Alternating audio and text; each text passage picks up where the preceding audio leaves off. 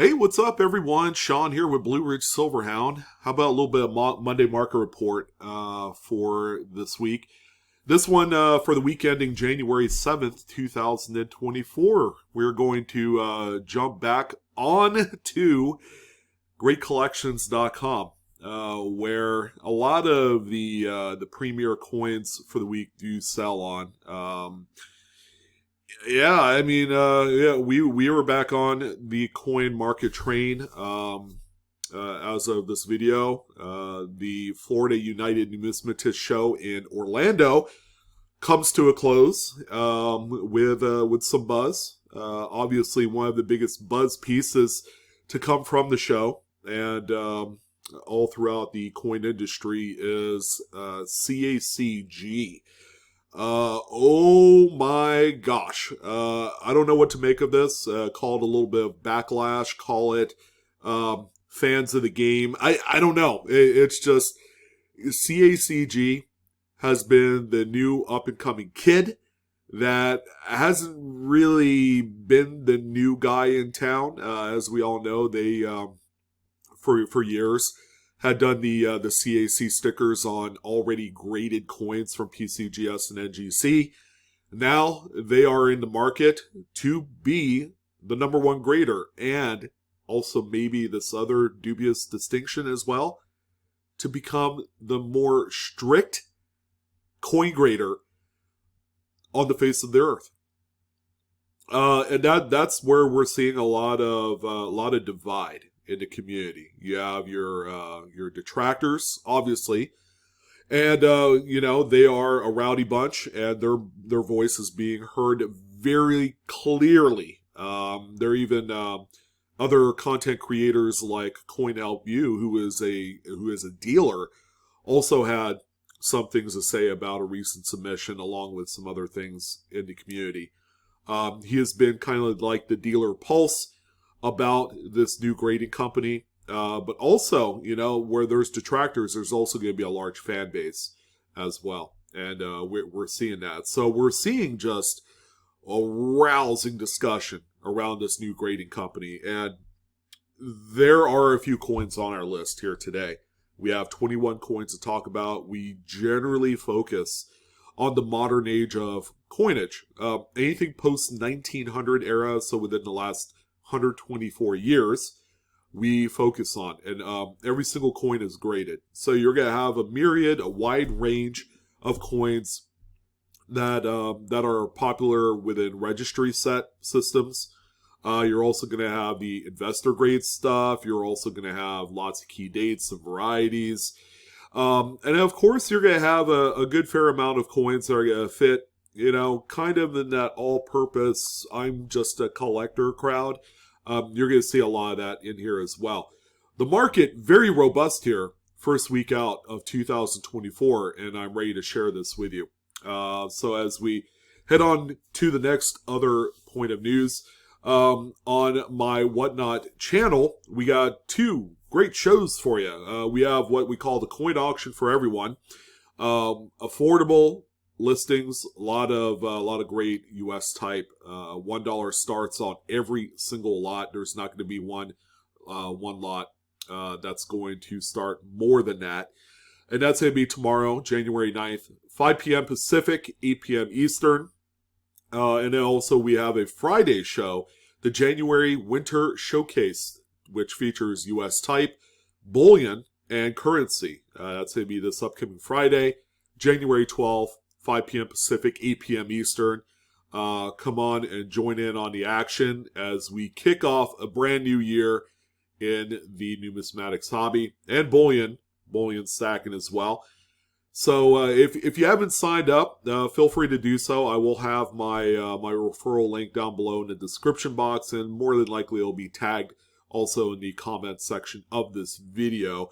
You'll get yourself $15 in usable store credit that can be used right away on your first purchase.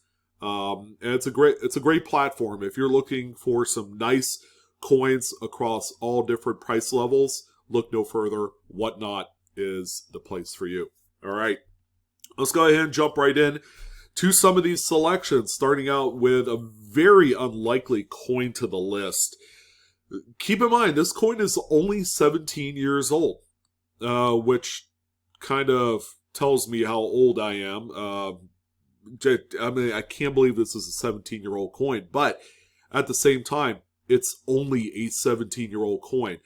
So what's the big buzz with this one? Well, it's all about the grade. Mid-State 68 Red by PCGS is where this one falls. This one, I mean, make no mistake, is going to be a piece that is tailored for a registry set and nowhere else. This particular one right here ended up selling for $2,982.38. That's the other shocker of this coin, is that ridiculous price tag. I mean, who in their right mind pays almost $3,000 for a coin of this millennia? I don't know. You haven't untapped the registry set scene, which has been absolutely crazy, and these folks generally have some of the deepest pockets out there. So it's not the craziest thing I've seen, but for now, to kick off 2024, I would say that this one is a newsworthy coin to talk about. The next one that we have here, actually, we don't talk about a whole lot of uncertified coins or sets coming from great collections. All right, we just don't. Yeah, there might be the chance that there might be a BU roll of Franklin half dollars or something that they sell on the platform, but outside of that, great collections really doesn't sell a whole lot of uncertified coins. But this one kind of fits the mold of you just never know what you're going to find out there. This is a 1990 Prestige set. These were produced by the U.S. Mint.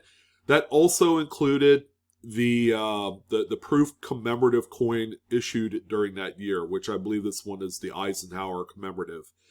But it also features the other 5 regular proof coins that you normally see in a standalone set. The Prestige sets, at the time were kind of like your high-end collectible. You would have paid $50, $60, $70 to own the set. And that's why that this one, kind of is has a little bit of relevancy in the collectibles market. But these things, folks, you should never have to pay over unless you find something like this in there. Now, the coins all look like regular proof coins, and they also have some of the unattractive white haze that generally plagues these sets from the 80s and 90s. But if you look at the Lincoln cent, you're going to notice something different with that coin. It doesn't have an S Mint mark. And I know the picture on screen is a little bit small, but even in this photo, you could see clear that there is no S Mint mark on that coin. If you do come across a 1990 Lincoln cent from a proof set that has no mint mark, congratulations. That's one of the big modern chase pieces as far as varieties is concerned. The mint mark was just left off of that working die for whatever reason. And because of that, there were a few coins that were struck and placed into proof sets, but also prestige proof sets as well, like this one here. So there was 2 prestige sets without any S mint mark Lincoln cents, but also a regular proof set that also had one of those no S Lincolns as well. So there was 3 sets available this week. I just picked one out. It was easy to talk about the Prestige set because A, we don't see it all too often, and B, we don't see uncertified coins sell on great collections that often. So this is definitely worth a mention. So this Prestige set, as it sits, sold for $3,099.38. All of the value, I would say 99.7% of the value is in that Lincoln cent right there. That is how expensive that coin is. And for those of you that have proof sets, you gotta take a look at every single 1990 to ensure that you're not overlooking one of those Lincolns that doesn't have the S Mint. That is a boon for collectors. People pay a huge amount of money for that coin. The next one that we have here, yet again, another registry set coin, but I'm going to kind of applaud the appearance of this one. It's got kind of a nice rosy tone to it, which gives it obviously the eye appeal that most discerning collectors look for. This one, another fantastic grade, Mid-State 67 red, seems to be kind of like that linchpin grade for registry sets. If it's not there, then, they're not going to pay the money for it. This particular one right here is sold for $1,490.62.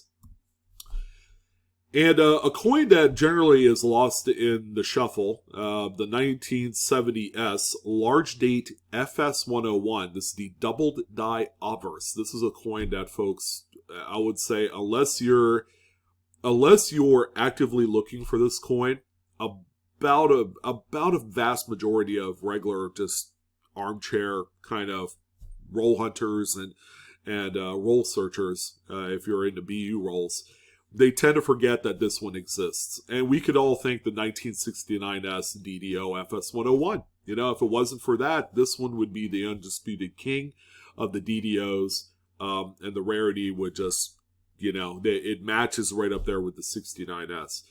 Your best doubling and your most robust doubling is going to be in the motto, In God We Trust, and also on Liberty, and then also to a little bit lesser extent on the date as well. This one right here is a Mid-State 65 red, and it's attributed on the label by PCGS. And this one sold for $3,936.38. More registry set love coming in the way of a 1958D Lincoln Wheatie. This sweetie right here is a just huge bomb of a grade in 67 plus, full red, and it also has a CAC green bean as well. Now, the coin that you see here, being that it's a Denver minted specimen, are generally very well struck, and they have superb luster. This one right here is the highest grade that you could realize for it, and it's sold for $2,278.12. 1950. Now, this is a quite substantial price difference and rarity compared to the previous coin we just looked at. Any early 50s Lincoln, without a mint mark, so any Philadelphia struck examples are quite rare. They're scarce. Only a handful of them are known in any one of those states where it's 50, 51, 52, 53, 54 is a big one, and so on. And this one right here is just an amazing Mid-State 67 plus full red. I mean, this one has everything that a registry set from Lincoln Sense requires. All right, and because of that, there was a little bit of a bidding war that happened here on this one, as the final hammer ended at $8,555.62. And the final 1 cent denom coin of the week is this 1943S Lincoln Steel Cent. Now, who doesn't like a pretty steel cent? These are coins that are going to be favored in the community and with future collectors for years to come. The fact that it's zinc-coated steel and it's a 1-year shot kind of gives it a lot of exclusivity. And, with collectors, when you add that with, things like grading or maybe a specific variety that's very scarce. I know with 43S, there's that 43/2 S-Mint double to die obverse that seems to be an incredible variety. It's one of the most rarest of the Steel Cent series, which is 1 year, by the way. It's a 1-year series. Mid-State 68. The only thing missing is a CAC green bean, which would catapult these into, like a $4,000 to $5,000 coin. But without, this one right here ended up selling for $2,643.75.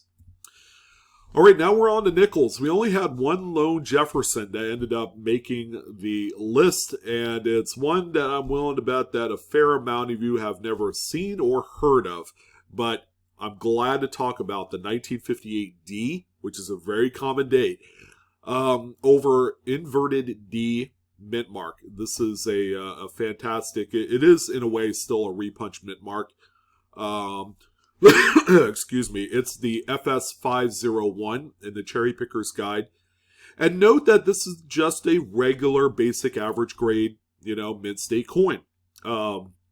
NGC graded this one as a mid-state 65. Not even close to having full steps. It's one of the perennial strikes that you normally see on these later date 50s coins. This one right here is quite a scarce one. We don't see it come up too often, but note this one did sell for $2,053.12. I'm willing to bet that a lot of you will begin to look at your 1958Ds, and it is one of the most widely minted.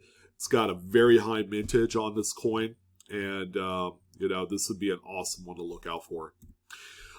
We do have a couple Buffaloes, and this is where kind of the crazy CACG graded holders kind of come into play.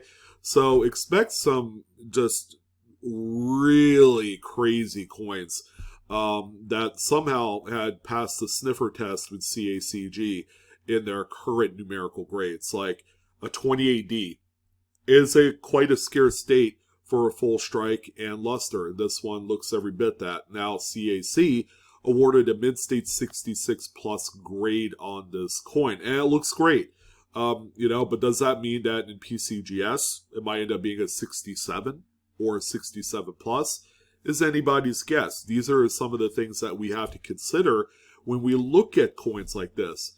And another question, even though these new CACG holders are built like Fort Knox, are they worth the trouble to crack out of and then resend out to another grading company like PCGS? These are some of the things that are going through folks' minds as they're approaching this first initial Generation 1 wave of the CACG holder. Keeping in mind that we're seeing just incredibly stringent, very tight grading standards coming from this company. This might actually be a good thing to help kind of balance out some of the other grading companies and keeping the Sheldon scale on track for them. So this one right here sold for $4,837.50 based off of that sale price. Sounds like there's a few speculators out there that's looking to buy something like this and possibly crack them out. Because if it ended up being a 67 or a 67 plus, because as of right now, the crossover is really crazy with CACG, that this one might end up being very profitable, even at $4,800, which is very high on the market for a 66 plus 28D. Here's a NGC graded 25D. This is a very scarce date. This one has muted luster, which I'm sure affects the grade. There's a few tiny trivial carbon spots on the obverse. And the strike is not the best, and rightfully so. This is 1920s underwhelming mint kind of like quality here. Mid-state 63 through NGC, and this one sold for $1,051.88. And a 1919D, again, note, CACG graded. This one is a mid-state 65 plus through CACG. And again, this is a coin, and anything from the teens, Buffalo-wise, are very well struck. I mean, you see more detail on some of these teens dated Buffaloes than any other decade for the series. This one right here ended up selling for $7,593.75. Again, the question is, when we look at a coin like this, will it bump an extra point? Considering that CACG does grade very strict on any coin. And also CACG got a hold of a 1913S Type 2 reverse. So it features the Buffalo on a flat mound on this one. This is the scarce one. This is, a top 5 rarity in the series. And they're all quite beautiful. But at the same time, when you have a coin like this, which is very weakly struck, you could note that not only on the Buffalo on the reverse, but if you looked at the hair braid and how flat it is, this was kind of par for the course on this particular one. So this one ended up as a mid-state 63. All right, so again, a very pedestrian grade, a great, I'd say, collector grade. This is nothing that I would certainly put into a registry But in any event, this one sold for $1,110.38. Okay, so as we cross over into dimes, varieties, proof coins, all right, keep those two things in mind. The first one, 1983 Roosevelt dime, is one like the Lincoln set that we saw before from 1990. Does not have an S mint mark, but it's supposed to. So this is the No S 1983 Roosevelt. If you found this in the proof set, congratulations. That's a heck of a score. PCGS graded this one as a proof 70 deep cameo. My goodness, what a beautiful coin. The frostiness is on a whole other level. And, 83, things were being done right quality-wise, and you begin to see some really beautiful contrasting from the frosty devices to the black mirrored fields. This one right here sold for $3,516.75. Again, another modern chase, and we should all be looking out for these. And also, don't forget, there is also a No S 1970 Roosevelt as well. The S mint mark, again, supposed to be on these coins, as that's a mainstay feature of every single one. This one right here is a Proof 69 Cameo, very light on the cameo contrast, but make no mistake, another high-end rarity in this grade. This one sold for $1,968.75.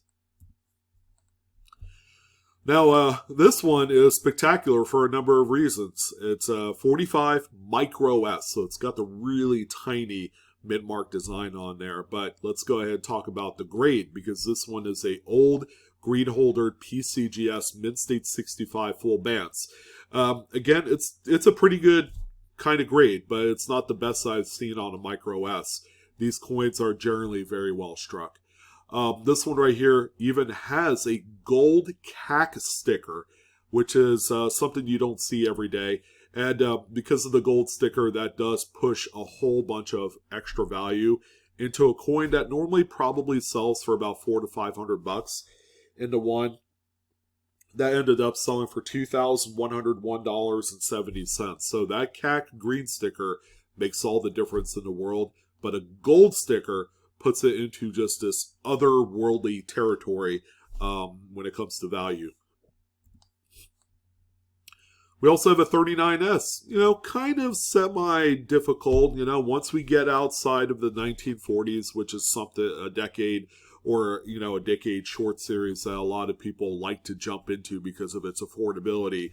39S represents kind of like a mixture of, something you don't see every day, but still on the line of somewhat affordable.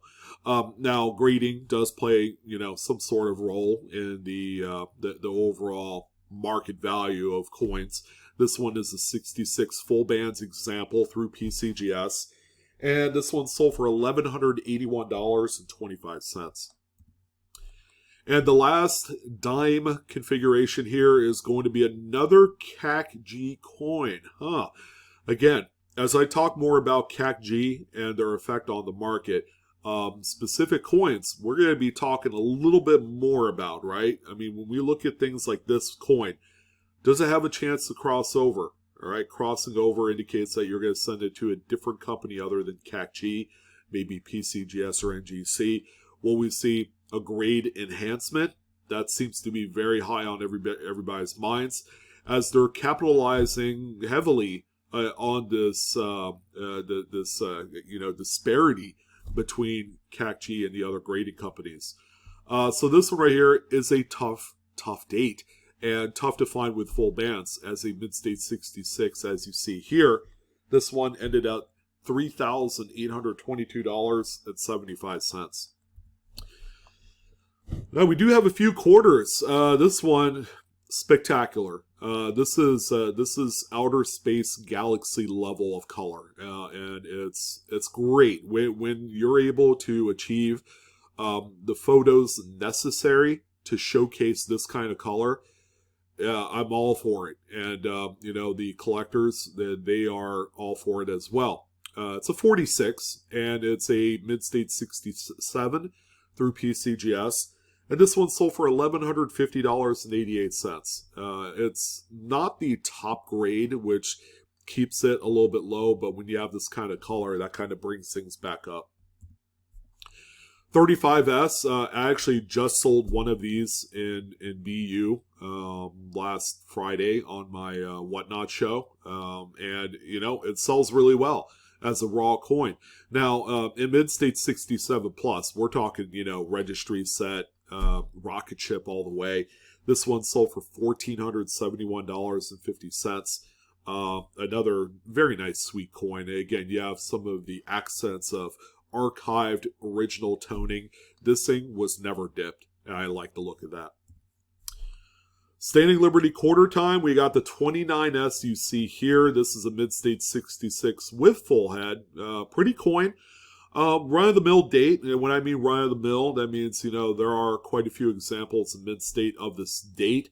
28, 29, and 30 across all different mint marks. You know, they're just something that you see with a little bit more regularity. But for, again, nice eye-appealing stuff like this, where it grades a 66 full head and a CAC sticker, yeah, that's good stuff.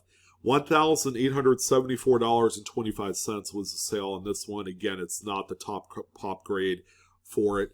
And then we also have a coin that we don't really talk about, but when one does come up, you know, we'll slot it in there.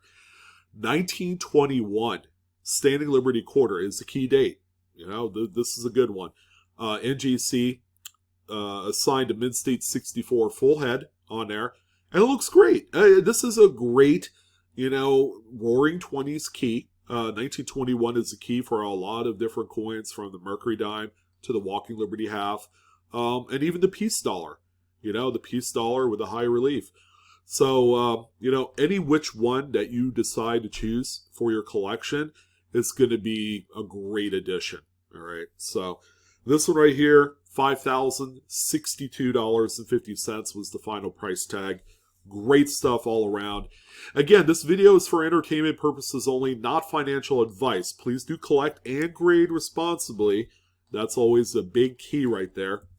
And that's going to go ahead and wrap things up for the Monday Market Report for the week ending January 7th, 2024. I'm your host, Sean, with Blue Ridge Silverhound. Thank you guys again so much for a great show. And I hope you guys had a great time checking things out. What a monster show. Great stuff. Welcome back to the coin show circuit. It's going to be awesome. So you guys have fun with it. Take care, and I will see you on the next coin video. So long.